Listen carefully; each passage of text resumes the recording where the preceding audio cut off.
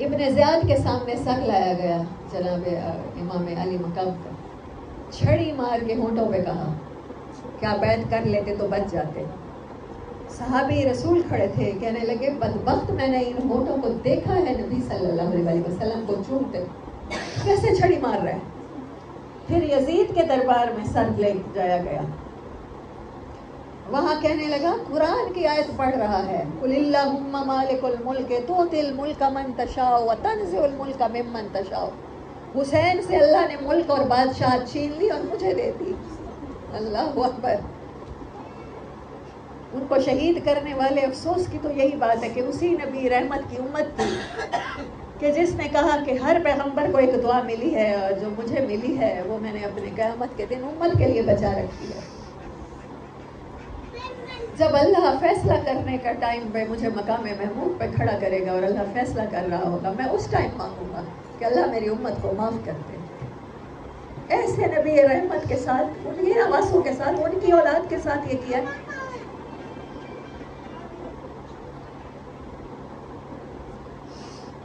پھر جناب زینب کھڑی ہوئی ہیں اور وہ خطبہ دیا ہے. اللہ اکبر. چھڑی مار کے کہہ رہا ہے دیکھو اس کی حکومت ختم ہو گئی اور میری حکومت قائم رہی ہے. 61 میں امام حسین شہید ہوئے ہیں اور 64 میں یہ نامراد جہنم حاصل ہوا ہے. اور اس کا اپنا بیٹا بھی نہیں بیٹھا. اس نے کہا اس تخت سے مجھے جہاں امام حسین کے خون کی بو آتی ہے نہیں بیٹھ سکتا. پھر مدینے میں عبداللہ بن زبیر نے بغاوت کی. انہوں نے بھی تسلیم نہیں کی تھی، بیعت نہیں کی تھی. پھر وہاں چڑھائی کی ہے. پھر واقعہ ہررا ہوا ہے. خانہ کعبہ کے غلاف کو آگ لگائی گئی. مسجد نبوی میں 3 دن تک گھوڑے باندھے ہیں. گھوڑا گاڑی نہیں ہوتا کہ گھوڑے کا پیشاب نہ ہو یا گھوڑے کا گند نہ ہو. وہ مسجد نبوی میں ہوا ہے. 3 دن تک نہ نماز پڑھی گئی ہے نہ اذان دی گئی ہے.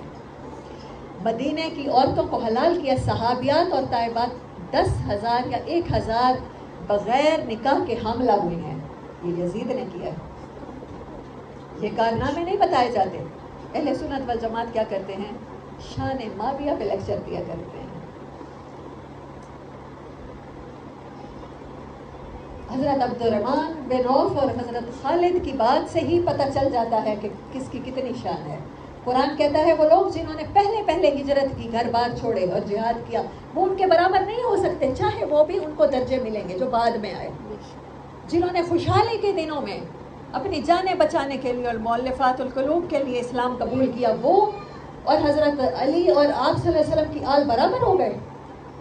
شان علی کو گھٹانے کے لیے ان کو بھی رضی اللہ تعالیٰ عنہ کہہ کر ثابت کر دیا جاتا ہے. اگر ایسا ہے تو امت نے آج تک کسی نے اپنے بچے کا نام یزید کیوں نہیں رکھا؟ یہ ایک جنگی غلطی تھی، ایک خطا تھی. یہ ایک جنگی غلطی اور خطا نہیں تھی، یہ جان بوجھ کے کیا جانے والا ظلم تھا. یہ اصولوں کی لڑائی تھی. یہ مصلحت کوشی پہ نہ جھکنا، یہ لیسن دے کے گئے ہیں امام حسین. لیکن افسوس کے ساتھ غم حسین منانے والے بھی، اہل بیت کی کے ٹھیکیدار بھی، جو خود کو شیعہ کہتے ہیں، اگر ان اہل بیت سے محبت کا نام شیعہ ہونا ہے تو امام شافعی فرماتے ہیں میں خود شیعہ ہوں. تو اہل بیت سے محبت صرف ان کا ٹھیکہ تو نہیں تھا. وہ پیٹتے ہیں، غم حسین مناتے ہیں اور وہ سمجھتے ہیں حق ادا کر دیا. اور جو لوگ ان کی مخالفت کرتے ہیں وہ صحابہ کی شان ان کے مقابلے میں بیان کر کر کے اہل بیت کی شان گھٹانے کی کوشش کرتے ہیں اور تفرقے بازی میں وہ سمجھتے ہیں ہم نے مسلمان ہونے کا حق ادا کر دیا. لیسن کیا تھا شہادت حسین سے؟ وہ کسی نے نہیں کیا. آج بھی اگر ظالم ہے کوئی، طاقتور اور مظلوم ہے کوئی، چاہے گھروں میں ہے، چاہے سوسائٹی میں ہے، چاہے شہروں میں ہے، چاہے ملکوں میں ہے، طاقتور کے ساتھ ہم کھڑے ہوتے ہیں. تو ہم میں سے ہر ایک یزیدی لشکر کے ساتھ کھڑا ہوتا ہے. کیا شیعہ، کیا سنی، کیا اہل حدیث، کیا بریلوی، کیا دیوبند. اور ہمیں لگتا ہے کہ وہ مار کا کربلا کا بس ایک بار ہوا تھا. خیر و شر کی لڑائی قیامت تک جاری رہے گی. لشکر دنیا میں 2 ہی رہیں گے، یا حسینی یا یزیدی. جو مصلحت کا شکار ہو کے سرنڈر کرتا ہے وہ سوچ لے کہ وہ کس لشکر میں کھڑا ہے. میں تعداد بتا دوں، میں اس واقعے کو دہرا دوں، ہم رو لیں.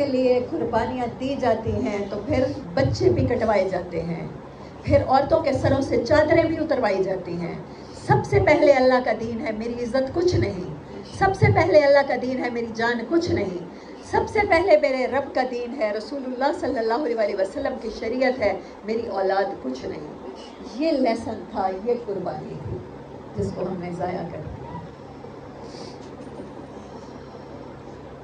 محرم میں یا محرم کے بعد یہ واقعات دہرائے جاتے رہیں گے، شیعہ حضرات اپنی مجلسوں میں دہراتے رہیں گے اور اہل سنت والجماعت ان کے فضائل و مناقب بیان کرتے رہیں گے۔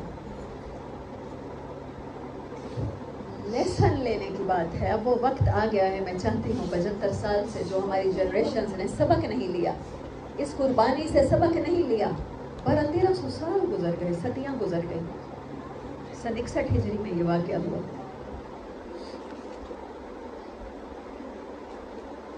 آج ہمیں لگتا ہے کہ کوئی غلط فہمی تھی، کوئی خطا تھی، کوئی مقصد تھا، اقتدار مقصد تھا حضرت حسین کا، غلط فہمی ہو گئی تھی اس لیے یہ جنگ ہوئی۔ نہیں نہیں نہیں، اٹس کلیئر کٹ، کانسیپٹس اپنے کلیئر کریں۔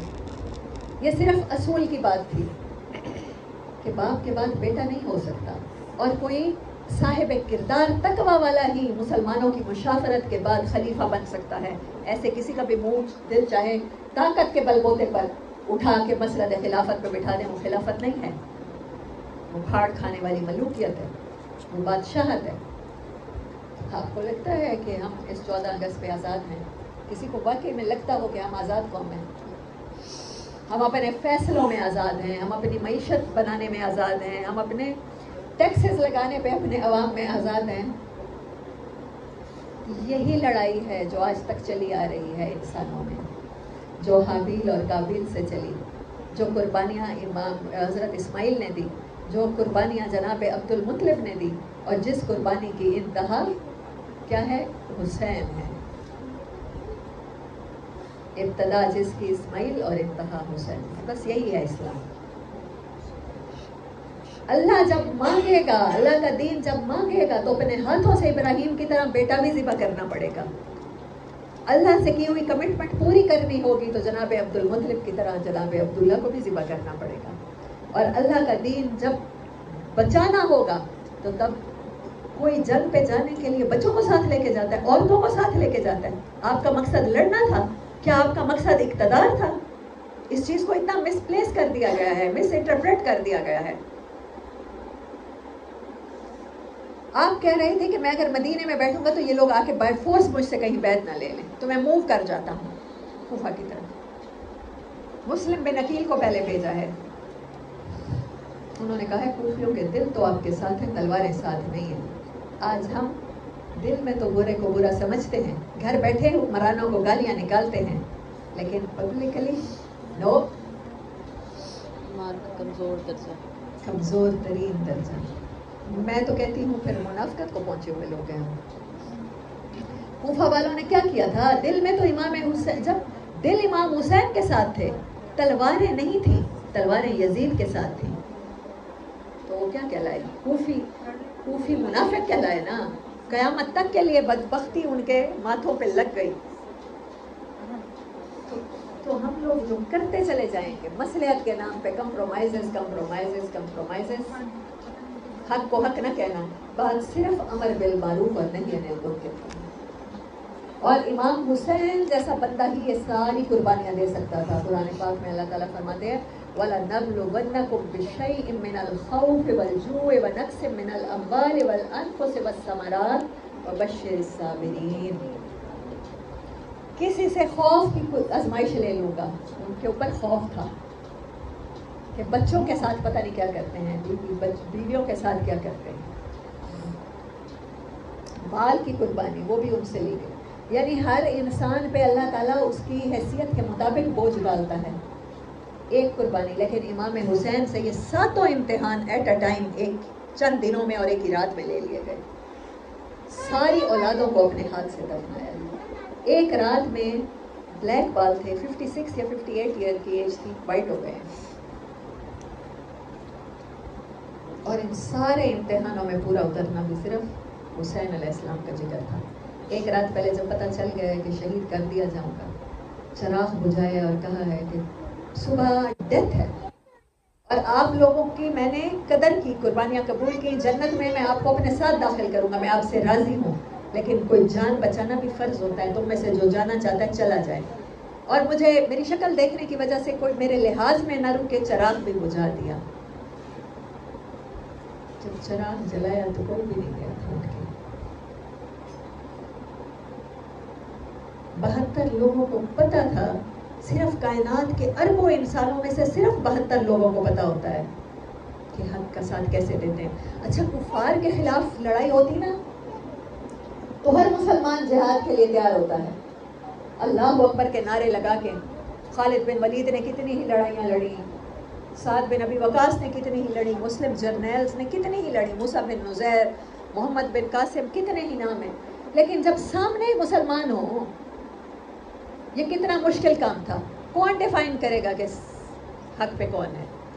یعنی ان کے خلاف جہاد کرنا، ان کو غلط کہنا، یہ بڑے حوصلے کی بات ہوتی ہے، اور یہی کام امام حسین نے کیا۔ کہا کہ میرے جیسا بندہ تیرے جیسے بندے کی بیعت نہیں کر سکتا۔ تو ہمیں قیامت تک جو لیسن ملا ہے وہ یہی ہے کہ اللہ کے دین کو کمپرومائز نہیں کریں گے، اللہ کے دین کو کمپرومائز نہیں کروں گی میں۔ نماز، روزہ، حج، زکوٰۃ یزید کے اور بنو امیہ کے بہت اچھے تھے، میرا خیال ہے آپ سے اور مجھ سے وہ بڑا نمازی ہوگا، تابعی ہے نا، صحابہ کی اولاد ہے، اس کے بڑے حج ہوں گے، اہل بیت کی خدمت میں اس نے بڑے درہم اور دینار بھیجے ہوں گے۔ آپ کیا صدقات اور زکوٰۃ دیتے ہوں گے جو وہ دیتا ہوگا، کیونکہ اس کے پاس بیت المال تھا، لیکن انجام دیکھیں۔ نبی صلی اللہ علیہ وسلم کی آل کی محبت کہاں پہنچا دیتی ہے؟ آپ کو حسینی لشکر میں پہنچا دیتی ہے، اور آپ کی محبت کیا ہے؟ آپ کے دین کا مشن ہے، جس مشن کو لے کے جناب رسول اللہ صلی اللہ علیہ وسلم غار حرا سے جو مشن شروع ہوا تھا اسی کو لے کے آگے چلے۔ اس مشن میں اگر کوئی ظالم اولاد چھیننا چاہے گا، مال چھیننا چاہے گا، گھر چھیننا چاہے گا، آپ کو رسوا کرنا چاہے گا، آپ کے سر سے چادر چھیننا چاہے گا، پھر ساری باتیں گوارا کر جائیے گا، لیکن یزیدی لشکر میں جا کے شامل نہیں ہونا۔ اللہ آپ کو اور مجھے، ہم سب کو دین کا صحیح فہم عطا فرمائے، اور خوش قسمت لوگوں میں چنے، اور حسینی لشکر میں اس دنیا میں بھی شامل رکھے اور اس دنیا میں بھی شامل رکھے۔ وآخر دعوانا الحمدللہ رب العالمین۔